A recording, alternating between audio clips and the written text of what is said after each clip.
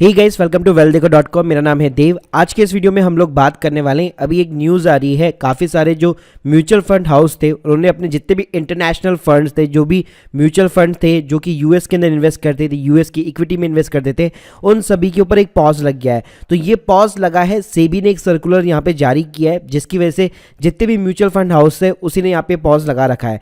तो गाइस, ये पॉज क्यों लगा है, उसका अल्टरनेटिव ऑप्शन क्या है, कहाँ पे अगर आप क्या रास्ता आपको अपनाना चाहिए अगर आप यूएस इक्विटी के अंदर अगर आप इन्वेस्ट करना चाहते हैं, जैसा म्यूचुअल फंड के अंदर आप इन्वेस्ट करते थे वैसे ही सेम तरीके से आप यूएस इक्विटी में चाहते हैं इन्वेस्टमेंट करना, तो उसका एक अल्टरनेटिव ऑप्शन क्या है, तो ये सारी चीजें जानेंगे हम लोग इस वीडियो के। सो गाइस, सबसे पहले मैं आपको सर्कुलर बताना चाहूंगा। तो सेबी ने यहाँ पे जो है सर्कुलर निकाला हुआ है कि टोटल जो इन्वेस्टमेंट है आपका, मतलब पूरी इंडस्ट्री का, ओवरऑल इंडस्ट्री का फॉरेन के अंदर म्यूचुअल फंड के थ्रू मैक्सिमम यहाँ पे $7 बिलियन होना चाहिए। अब गाइस, जितने भी जो रिटेल इन्वेस्टर होते थे और मतलब जितने भी फेमस फंड थे, जैसे पराग पारिक का फंड हो गया या मोतीलाल ओसवाल का S&P 500 हो गया, तो जितने भी इंटरनेशनल फंड्स थे और वो सारे के सारे ये लिमिट जो है क्रॉस कर चुके थे। मतलब अगर सबको मिलाया जाए तो $7 बिलियन तो आराम से यहाँ पे क्रॉस कर जाता है।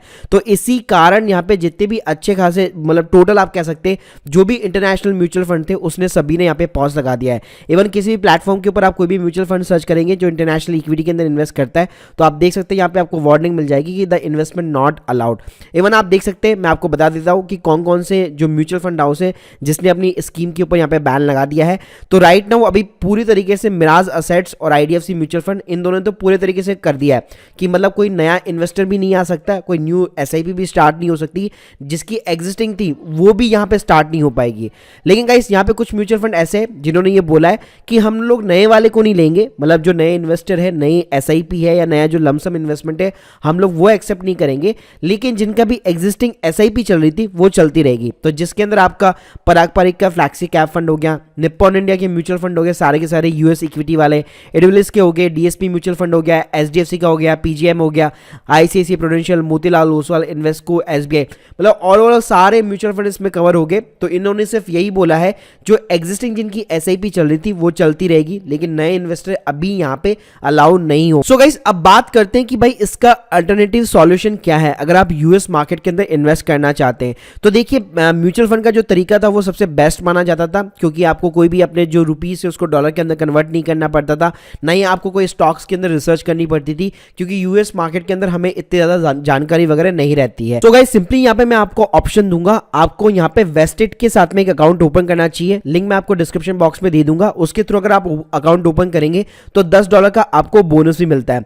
अब गाइस, दिक्कत ये आती है, अगर मान लीजिए आप किसी भी फॉरेन के अंदर डीमैट अकाउंट खुलवाते हैं तो कई लोगों को दिक्कत ये आती है कि अगर मुझे आईएनआर से डॉलर के अंदर कन्वर्ट करना है तो काफी सारी फीस लगने वाली है। तो देखिएगा, इस वेस्टेड के ऊपर अगर आप डायरेक्ट वेस्टेड अकाउंट खुलवा लेते हैं, जैसे मैंने भी यहाँ पे खुलवाया हुआ है, तो उसके थ्रू अगर आप अपने रुपीस को डॉलर के अंदर ट्रांसफर करेंगे तो आपकी काफी कम फीस लगती है।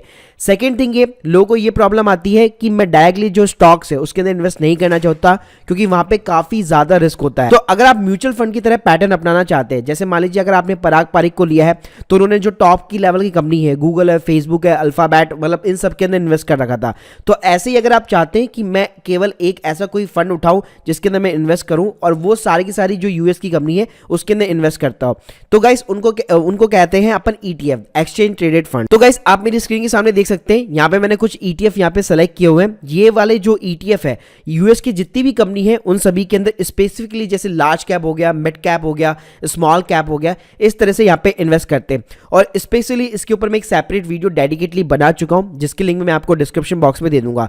तो गाइस, यहाँ पे फायदा क्या है, फॉर एन एग्जांपल आप चाहते हैं कि मैं यूएस की जो 500 कंपनियां हैं, टॉप 500 कंपनी, उसके अंदर मैं इन्वेस्टमेंट करना चाहता हूं, तो इसके लिए आप एसबीडीआर S&P 500 ETF ट्रस्ट को यहाँ पे चूज कर सकते हैं।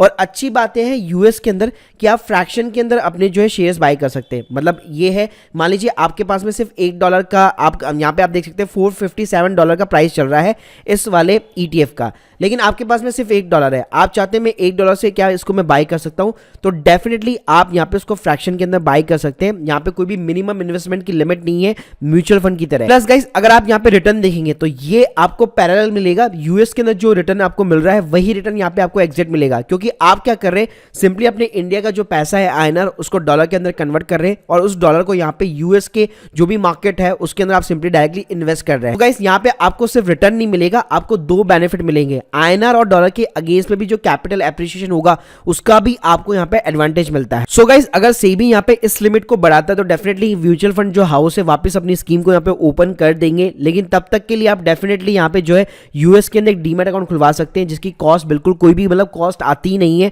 आपको सिर्फ फंड ट्रांसफर की कुछ नॉमिनल कॉस्ट देनी पड़ती है और इजीली आपका पैसा जो है डायरेक्टली यूएस के अंदर यहाँ पे इन्वेस्ट हो सकता है। तो guys hope you like this video, please subscribe channel. अगर आप लोगों की कोई भी डाउट्स है कमेंट सेक्शन के अंदर जरूर बताइए। Thank you guys, thank you very much.